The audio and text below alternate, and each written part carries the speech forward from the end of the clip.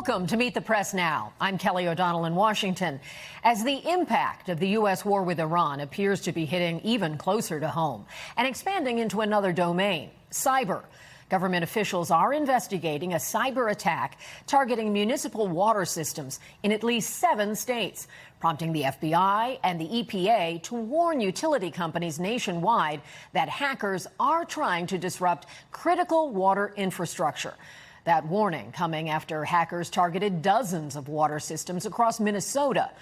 A senior law enforcement official says the incident bears the hallmarks of Iranian meddling. But today, during his cabinet meeting at Camp David, the president denied it was Iran and blamed Minnesota and the state's Democratic governor, Tim Walz, for the cyber attack.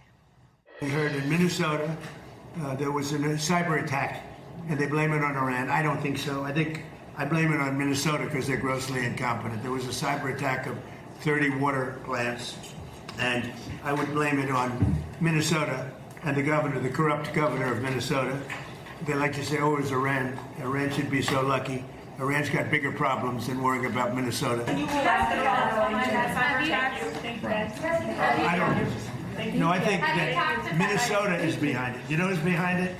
Minnesota, because they're grossly incompetent. I think the governor's behind it. I don't think there was an Iranian cyber attack. I think that Minnesota ought to get its act together. It's one of the worst run states.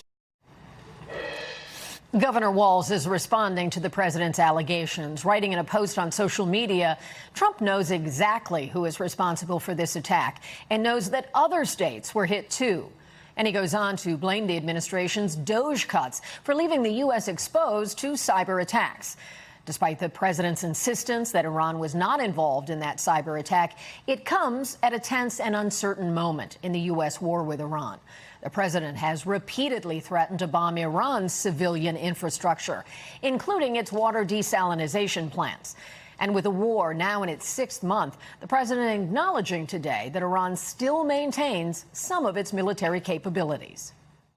They're being decimated. They have no Navy, they have no Air Force, they have no anti-aircraft. Doesn't mean they don't have any capability. They have some, but very little.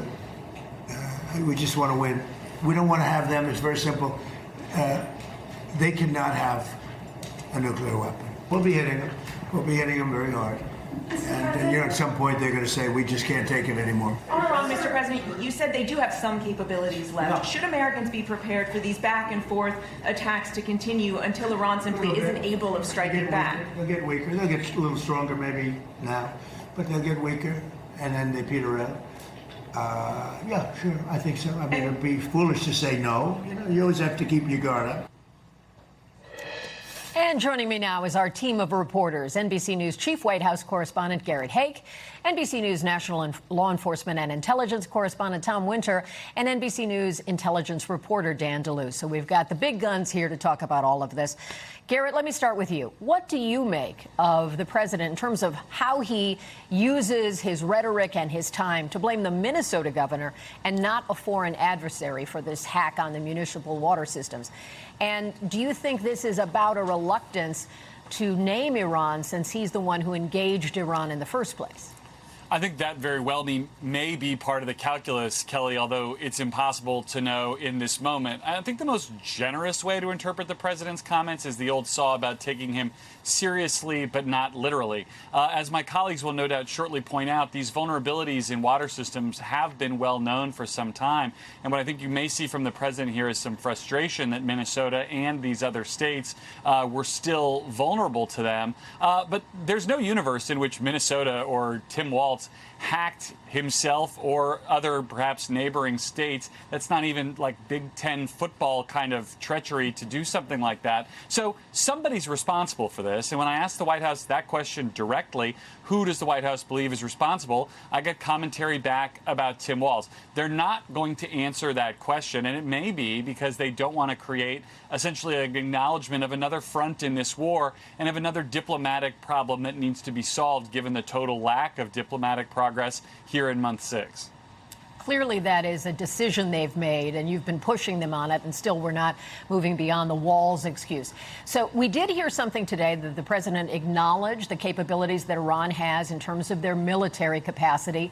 That stands out because at other times he said they've been decimated, they've been obliterated. How does that sort of change in tone, at least in this moment, play into some of the decisions he's making and how he's approaching this moment now 6 months in?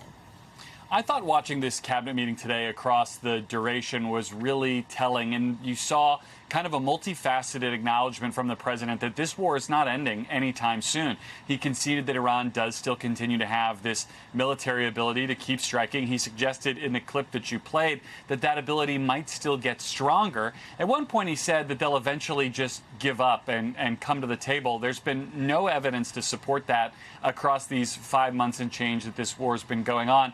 And when he was asked about a negotiated settlement, said he doesn't trust them and that everything they say is making him angry. And so I think we saw a little bit of kind of low-key frustration from the president, but I took that as a message to voters, to Republicans running for office in this fall, that this is a midterm issue, a political issue, is just not going away anytime soon. And the president seems to be buckling down for that. A get used to it approach.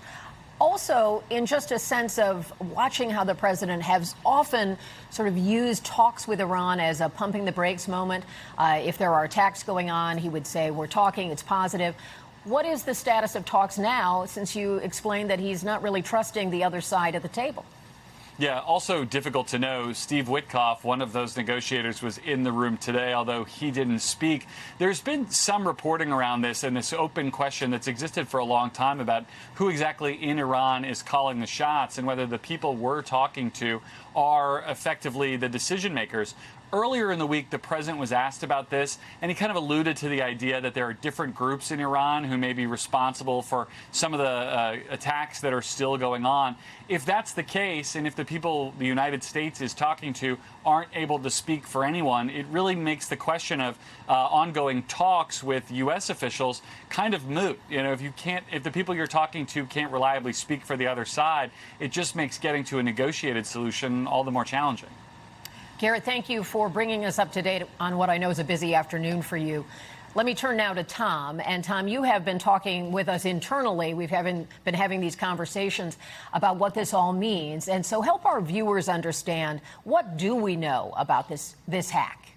Right, Kelly. So this involves programmable logic controllers, which, just put simply, are the types of devices that get information or a command from a computer and then translate that over to actually changing the voltage or signaling a pump or a valve or something at one of these water or wastewater systems to turn on, to turn off, to close, open, increase in strengths when we talk about a pump, or decrease. And these systems are critical because, as you can imagine, think of any major city or even a small municipality. You've got to get water from point A to point B. There's changes in elevation. And so these systems all work in concert with each other to be able to deliver water or to be able to get wastewater out of your home or out of your office and into a treatment plant. What happens here is that when somebody is able to hack one of these PLCs, as it's called, and it's a device that's only about this big by this big, when somebody is able to hack into one of those, they can then start to say, okay, a pump was running at 100%. Now we're going to drop it to 0, or we're going to open up a valve, or we're going to change something in it. And what we're told here is the cyber group that appears to be affiliated with Iran was able to go in and change the username and password for these PLCs, redirect those PLCs to a different IP address, allowing this cyber group to take over. And according to a memo released by Wisconsin and published by our colleague Ben Goggin at NBCNews.com, who's written extensively on this afternoon, apparently there were warning alarms that went off in Minnesota in some of these water plants, and law enforcement had to be called as pressure started to drop. So this could have been quite serious in this instance, Kelly.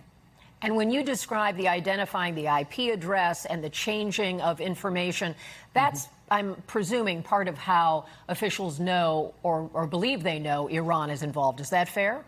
Well, it's a great question. So back in early April, CISA, which is kind of the cyber authority for the United States, they put out a note specific to Iran that Iranian groups would try to look at this specific PLC. You're looking at the logo for CISA, of course, but this is a group that was aware of this potential threat, that Iran had tried to do it before and now could try to do it again, particularly in light of the U.S.'s conflict with Iran. So they were definitely keyed into the fact that these Iranian-backed groups were looking at these specific controllers, which are in critical infrastructure, including, as the alert said, in wastewater and water treatment plants. So that's another component of this as well.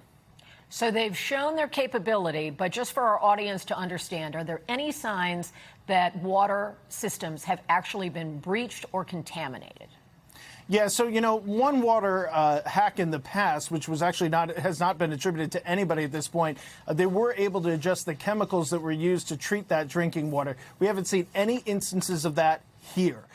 Really, the biggest problem is that they would drop the pressure potentially so low that other water could seep through pipes. That's actually a thing, and that water might not be treated, so that's why you get a boil water advisory. Well, whenever you get a boil water advisory, obviously health officials say you should heed that warning. We're not seeing anything that goes beyond that. We're not seeing any sort of widespread polluting or contamination of the water supply in Minnesota, and we have no reports from any other states. We're still trying to figure out those 6 other states, Kelly, but we have no other reports that there's anything been significant along those lines. But obviously, given the fact the president has certainly not turned off, as you heard from Garrett, the possibility of further military action, this is obviously something we're going to be following. Thank you so much for that, Tom. Let me turn to Dan now. And Dan, you have been looking at how do we know where this comes from, and what are officials seeing that suggests Iran? Well, I think Tom just explained it very well, which is there are these ways to tell who's behind it, and then it's very much their playbook. This is not really new. This is a skill set they have. That's right. Iran is one of the major cyber threats to the U.S., and the U.S. intelligence agencies have said that openly and that they're getting more aggressive, and there were these warnings, public warnings, just a week ago saying, look out, Iran might try to do this. And keep in mind that the U.S. and Israel have bombed Iran, including bridges, other infrastructure. So for Iran, they're trying to find ways to escalate, to retaliate, to send a signal to the White House that if you continue this war, we have ways to inflict costs on you. So I think this is very much what was expected and what was warned about as soon as this war started in February. That brings up the idea of, if you have, through your reporting, been able to get that insight from officials, one would think that the president's brief on what's happening in the world today would have included discussion of Iran. And yet he did not say it publicly, and he is talking about Minnesota. Are you confident that there is a consensus among the people you're talking with who would get that information of the president? I think so. I think intelligence does reach the president. That's what I've been told, and other people have been told. How he chooses to portray it, as you and Garrett were discussing. Sure, how he is a consumer of it is another matter. And it is this incident, this episode. And keep in mind, it's not just Minnesota, right? It's other states, and we're waiting to hear more. This is another example for ordinary Americans about the war. That the war is not over. It's now 6 months in, and it is potentially bringing more costs, not just at the gas pump or at the market, but now possibly complicating water systems. I should add one more thing, which is that China has demonstrated it can penetrate all of our country's infrastructure. And previous administrations have warned about this. And so they have sent a message to the U.S. If there's a conflict with China and the U.S., they could hold at risk our infrastructure. They're all stars in the realm of cyber hacking and so forth. When you talk about China's involvement in terms of their capability, perhaps Iran in this case, all of this warning that is known to the intelligence community, and yet at the same time we know there have been deep cuts in the intelligence community under the new Director of National Intelligence as an acting, Bill Pulte. There had been the Doge cuts. How do you think there might be an interface between the capabilities to track this and where we are right now? That's a really good question, and I think a lot of former officials and people in private industry they'll say they're concerned because a lot of experienced civil servants and experts left the room. They retired early. They were fired, especially at the cybersecurity agency that Tom was talking about. They're responsible for domestic cybersecurity. They've had hundreds of people fired or laid off. So it raises a question, are we lacking manpower at the moment? Well, to both you, Dan, and Tom, thank you so much for your expertise on this and your deep reporting. I know you've been working it hard. And we are now going to follow some breaking news that is coming out of California, out of San Diego, where emergency crews are responding to what a Marine Corps spokesperson is calling an aircraft mishap involving an F-35 jet near Miramar Air Base in San Diego. You can see what appears to be emergency crews spraying down the crashed fighter jet at the site there. And the Marine Corps says the pilot, who was the only crew member on board, ejected and was transported to a local medical facility and is in stable condition. And coming up, cabinet confirmation in peril. President Trump defends the controversial payout fund that is threatening to derail his pick for Attorney General as 2 Republican senators defend their opposition. Plus, another case of AI agents on the loose as Anthropic discloses that one of its models broke containment and hacked into systems in at least 3 companies. They're on the run, and you're watching Meet the Press Now.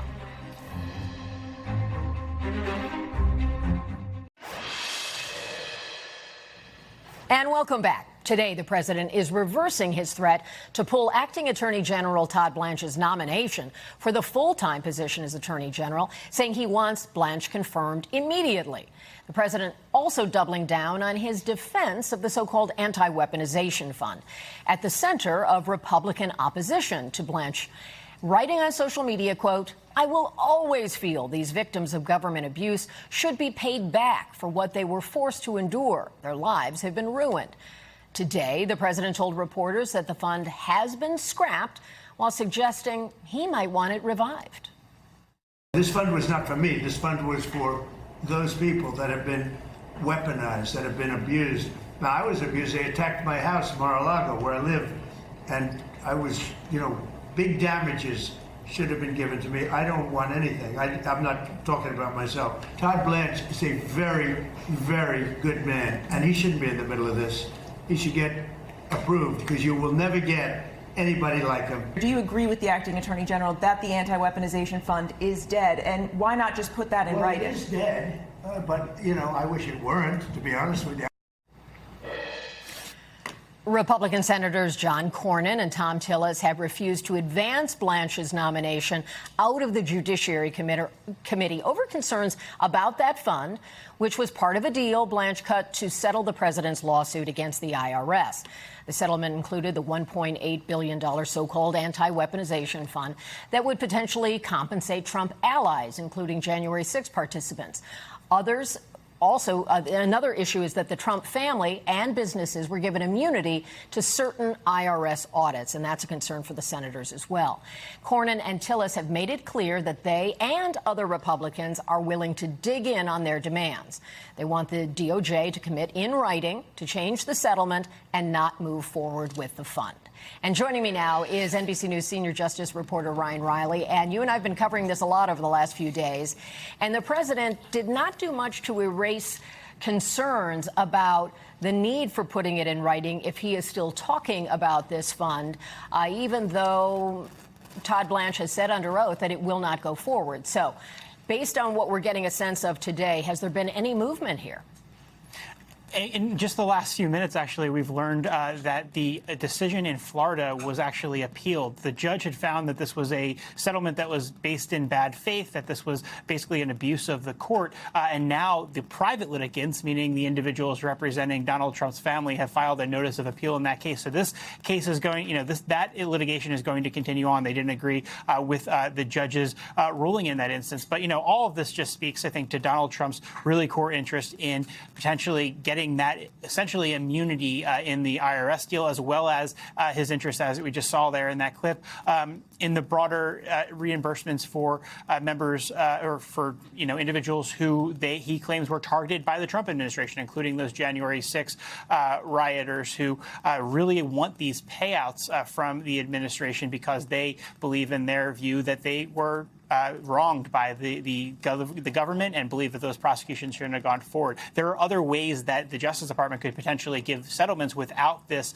separate sort of fund. So I think that's going to be sort of the ongoing concern for people on the Hill, and particularly those two Republican members of Congress who don't have to worry about that next election. They're sort of members of that YOLO caucus, so have a little bit more independence than they typically would.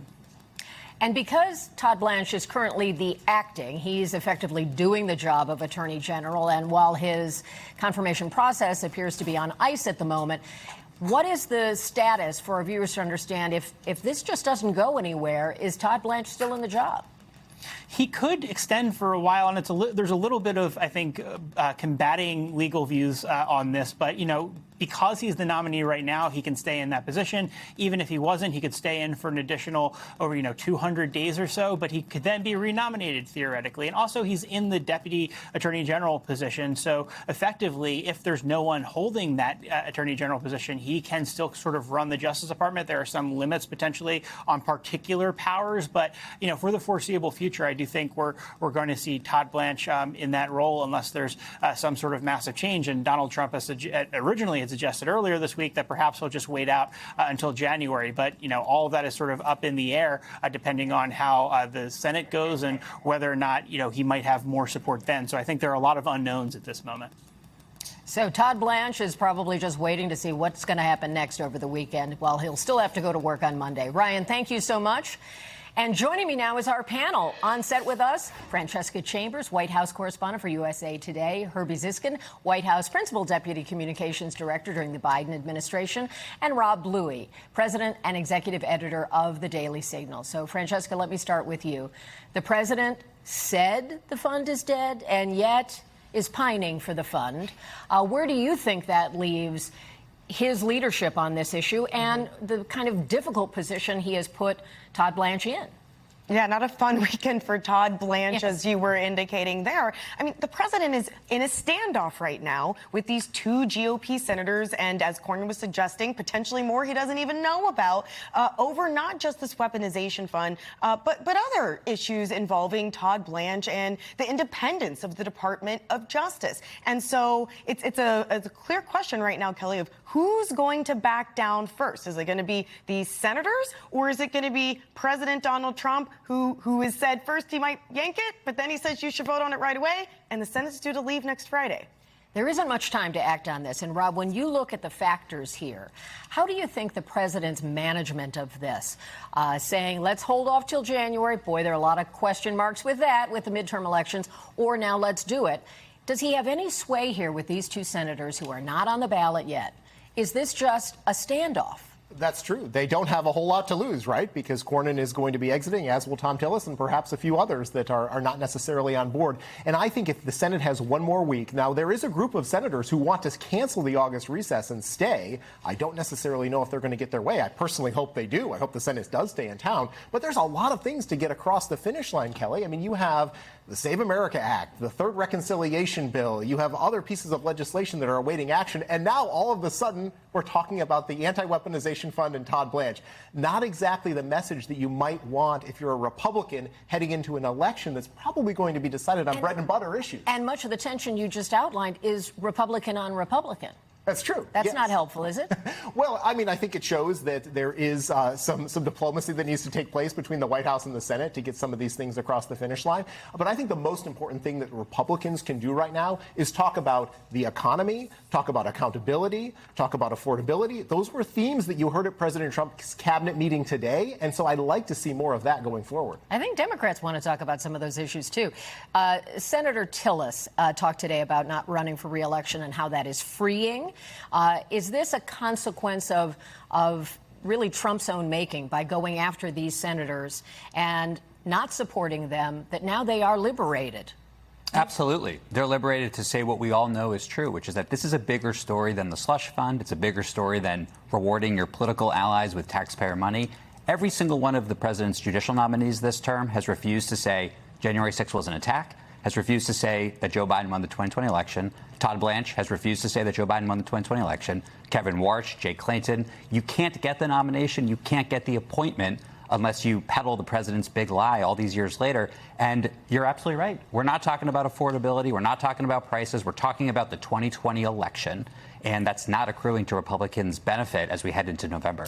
Let's dip into some of what the president said during his cabinet meeting at Camp David today. Unusual setting for a cabinet meeting, and then we'll pick it up from there.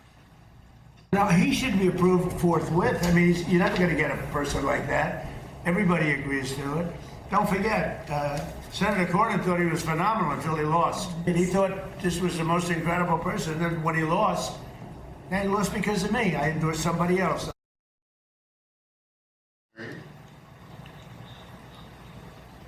Well, that's sort of an accurate description of what happened. The president also said he kind of understood why Cornyn felt this way and that he might do it himself. Do you get a sense that Democrats have something to work with here as they are on the campaign trail to say they can't even organize this particular issue? It's still a concern about how Trump may want to be in control of the Department of Justice. Is that an issue, or is that just too inside Washington for most voters right now? Well, I think that you've heard John Ossoff make some version of this argument when he has been campaigning in Georgia, which is a key battleground state and a key midterm state, right? Absolutely a state that Republicans want to try and pick up that Senate seat in. But when you talk about whether it's Cornyn or Tillis or some of these other people, they are the ones who are taking the heat publicly. But we also know that there are some other moderate Republicans who have said that they haven't decided yet what they're going to do. Lisa Murkowski behind them in line, is believed to be on the fence. Susan Collins is believed to be on the fence. So it's not as if it's just those two Republicans, and that even if you put this on the floor and then J.D. Vance, tried to cast maybe a deciding vote, that this would necessarily pass. There are absolutely other Republicans who may be a no on Blanche. And that is something that I think the president's not even considering, because the focus has been on these two senators who just happen to be on the key committee, and they are willing to take this heat publicly. But others may also, and certainly Democrats do, Herbie, you know that, the Democrats want to shine a light on the fact they believe someone who served as the president's personal lawyer and all of the issues with the Epstein survivor community and the concerns they've raised, that this is an issue they would be willing to talk about. Like, does this put, in your view, some impediment in Susan Collins' way for a tight race? She's the Republican, of course. Troy Jackson running against her in Maine.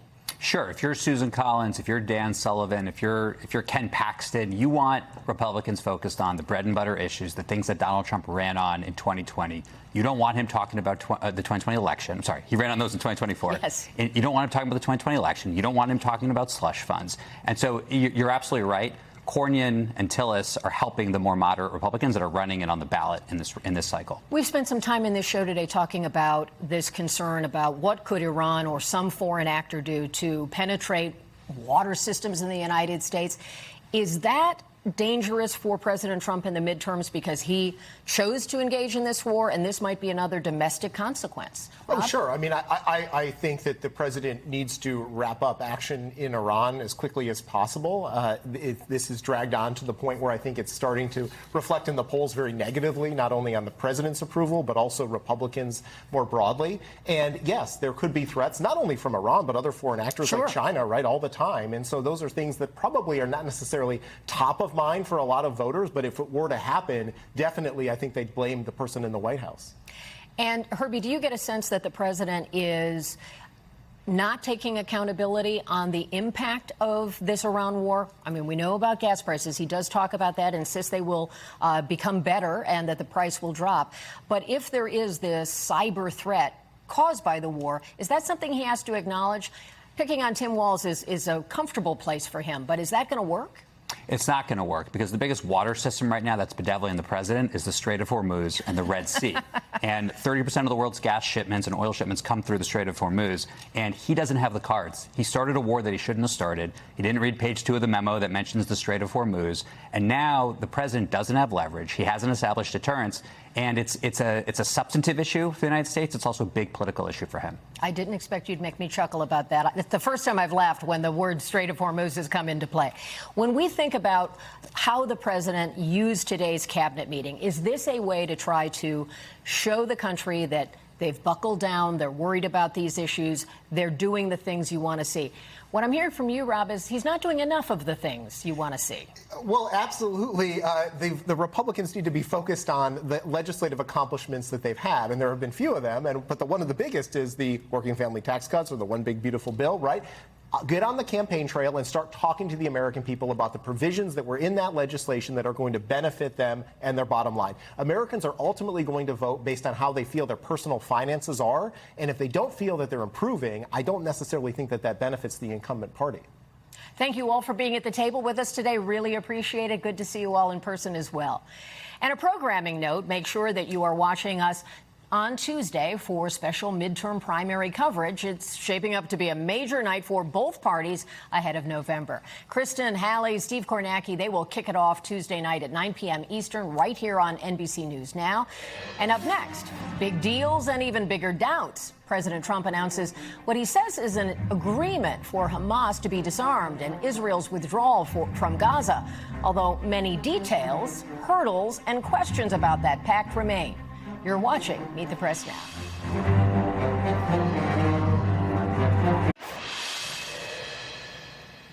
And we're glad you're back with us. President Trump is touting a new Gaza deal to disarm Hamas. But key questions remain over whether the two main parties, Hamas and Israel, are ready to carry out that agreement. The 15-point plan released by President Trump, his so-called created Board of Peace, would see Hamas decommissioned and hand over its heavy weapons from various storage sites in Gaza. Now, that process would be carried out within 14 days of the parties agreeing to the deal. Hamas saying today that it's up to Israel to take the first step. And the agreement is, quote, conditional upon a complete cessation of all forms of aggression and withdrawal from Gaza by Israel. An Israeli diplomatic source telling NBC News that there will be no withdrawal until Hamas disarms. The president dodged questions today about that disconnect, instead touting the spirit of the agreement.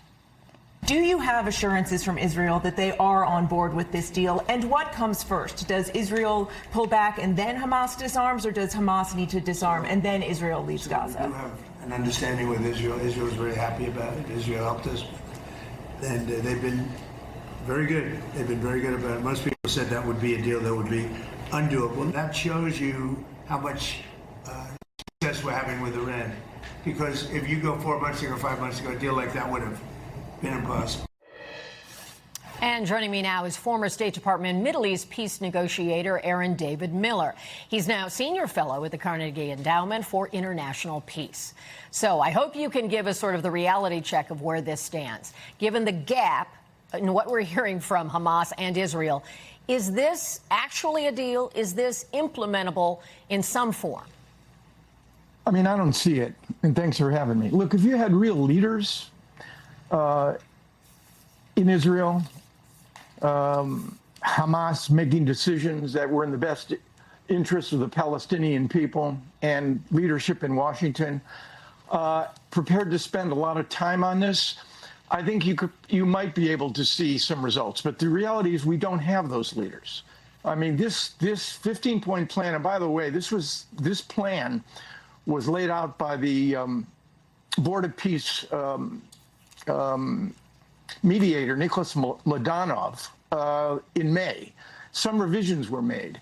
I think in large part timing has a lot to do with the fact, and again, I voted and worked for Republicans and Democrats. You can consider this a partisan comment if you want.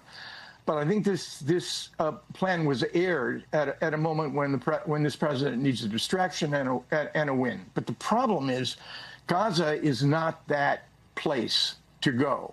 And I'm concerned, just like the Memorandum of Understanding, which has turned into a Memorandum of Misunderstanding, this particular plan is better suited to a galaxy far, far away rather than to the realities back here on planet Earth, particularly the realities in the Israeli-Palestinian arena right now.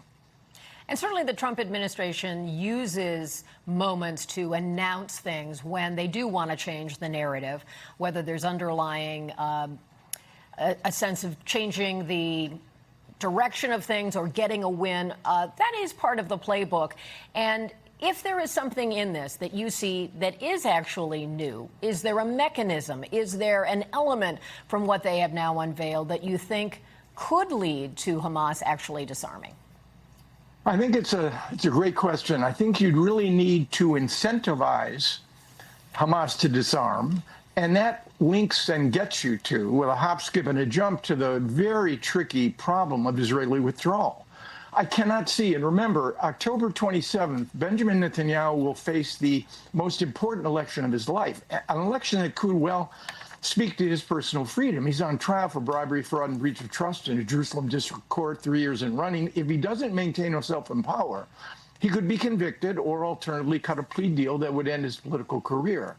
So Trump has enormous leverage over the Israeli prime minister, probably more leverage than any American president has ever had over any Israeli prime minister. The question for the president is, governing is about choosing. Gaza is not his major problem on foreign policy. His problem is he's gotten himself into a war that is extremely difficult to get out of. That is the core decision, and I suspect, frankly, that is the most important priority, not Gaza. And there have been tensions that have been more visible than we typically see between the president and the prime minister. Let me take a moment to just play for you part of what the president said today, and this is what he says would happen to Hamas weapons. As Hamas disarms as part of this plan, who do you see as taking possession of those weapons that they have? Does that go to the new government? It's going to be the Board of Peace, mostly. It's going to be run by the Board. This Board of Peace has been it's led by some amazing people. Board of Peace. So the Board of Peace, if people don't recall, is a newly created group that the president put together of various leaders, not from democracies in many instances, and there's no infrastructure here.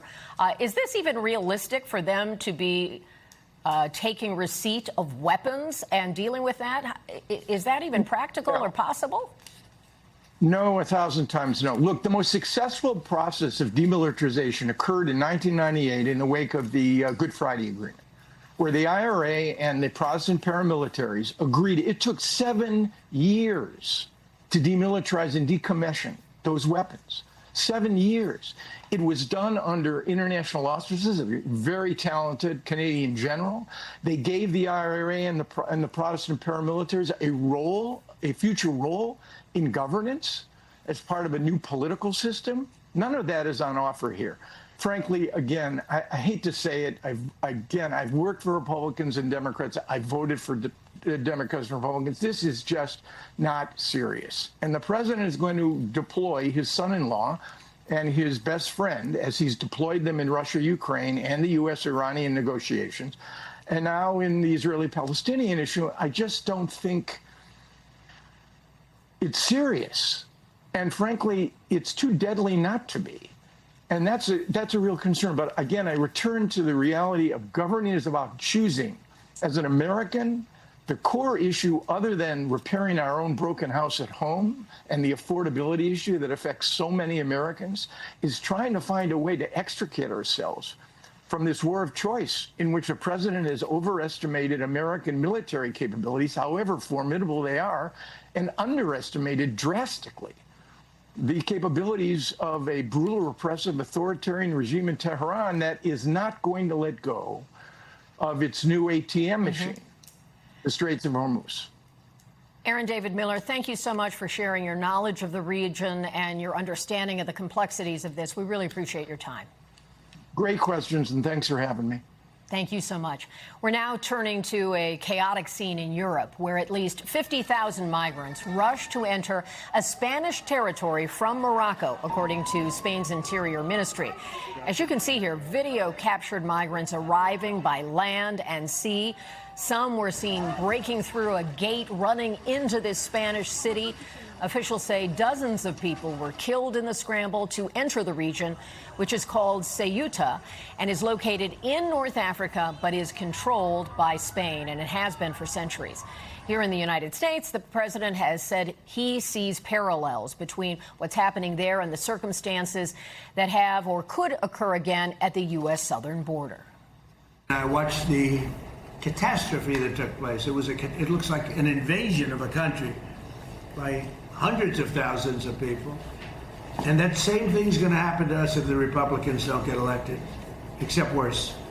Much bigger, much easier to get into, despite the fact that we have built thousands of miles of wall, which I said we were going to do, but we didn't have that. Spanish officials say many of the migrants have returned to Morocco, but the situation is raising alarms for other European countries. Spain's prime minister traveled to Ceuta to assess the situation, blaming trafficking gangs for what's going on there. And after the break, the expanding scope of AI agents gone rogue as a second artificial intelligence giant discloses that some of its models also escaped their testing environment to hack into other companies. Stay with us. You're watching Meet the Press now.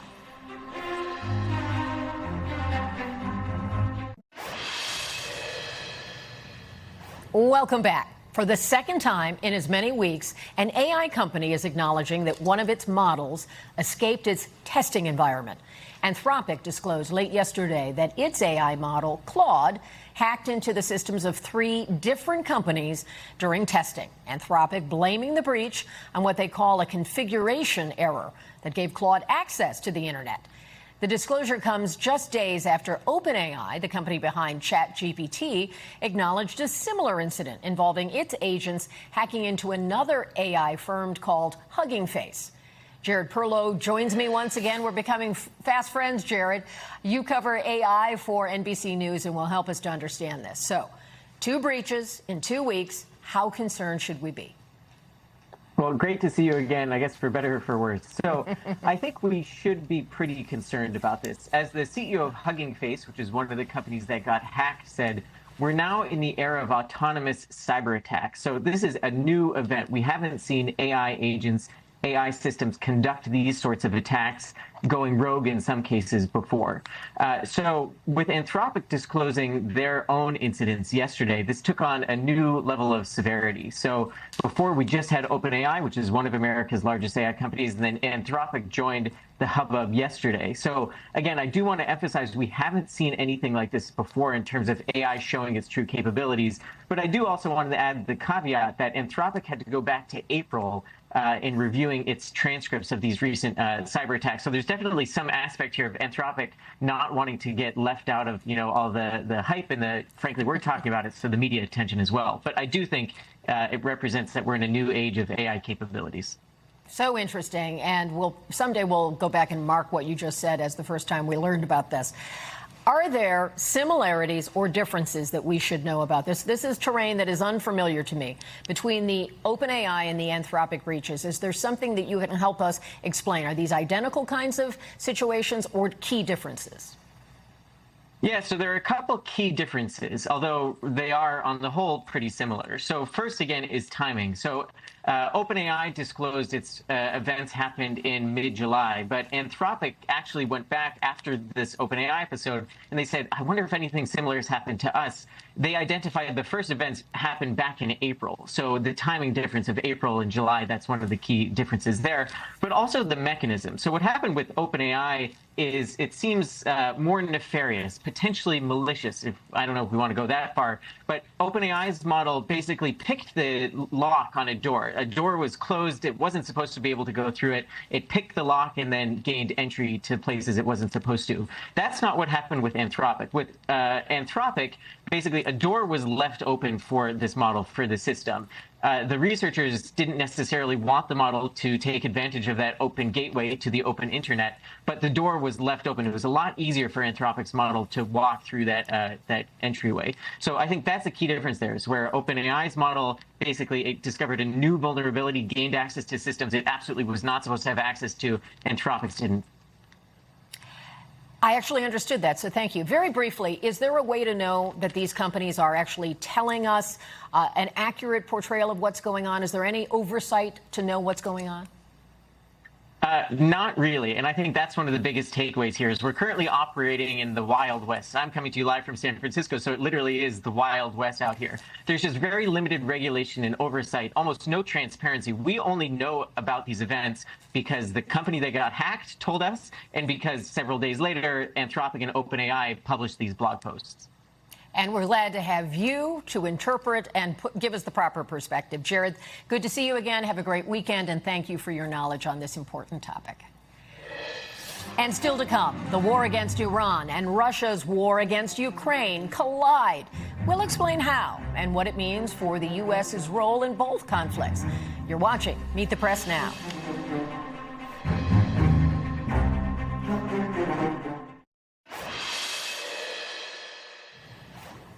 Welcome back. There are growing concerns that two major wars, the war in Ukraine and the war against Iran, could converge into an even wider conflict. Over the weekend, Ukraine launched a series of attacks in the Caspian Sea, which is bordered by both Russia and Iran. Ukraine's security services saying its drones struck key Russian oil infrastructure and vessels, including an Iranian ship. Ukraine says that those ships were being used to transport military cargo between Iran and Russia. It comes as NBC News is reporting that the Pentagon is turning to Ukraine for help to bolster U.S. drone technology with the war in Iran. And joining me now is former U.S. Ambassador to Ukraine, Bill Taylor. And I know you have close ties to the region and you're watching all of this carefully.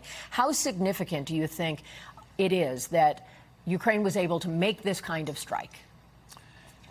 Kelly, they've been able to make strikes on any input that the Russians are using. And so if the Russians are getting something from the Iranians, the Ukrainians are going to go after it.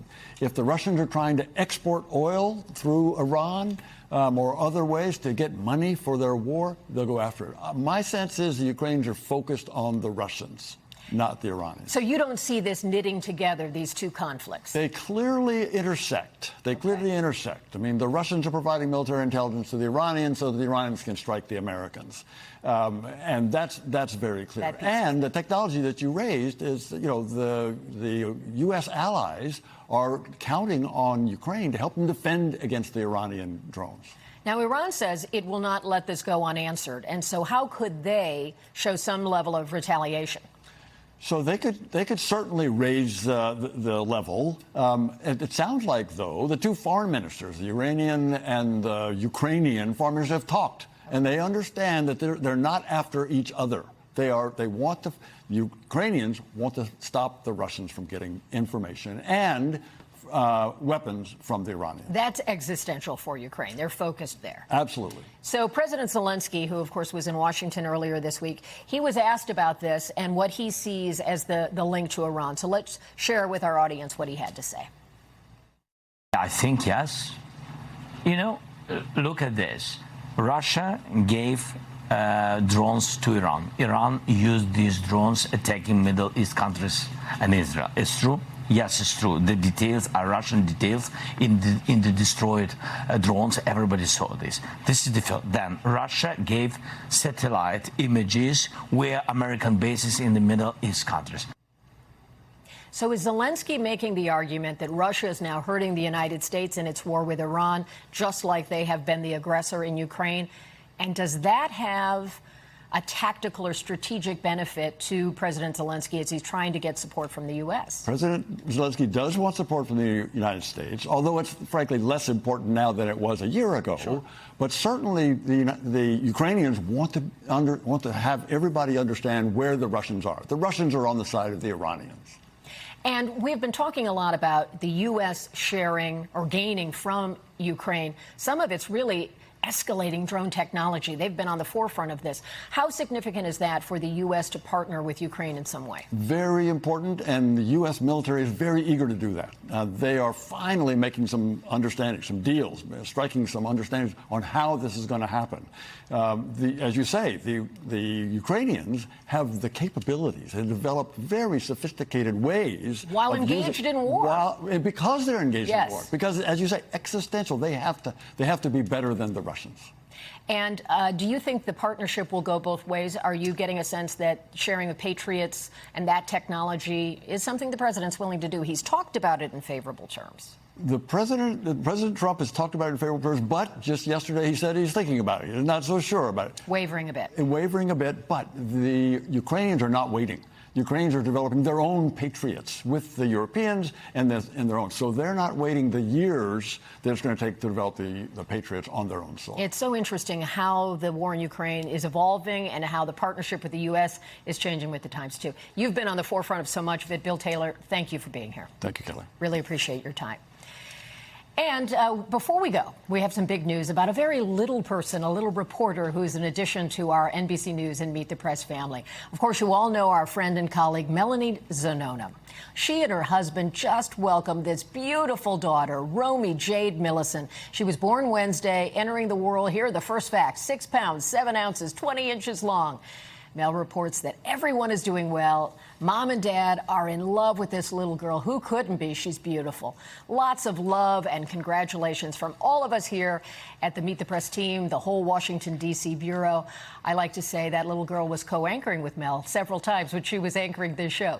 So we wish you well, Mel, and your family. And that does it for us today. We will be back on Monday, and we'll have more of Meet the Press now. And if it's Sunday, join Meet the Press this Sunday on your local station.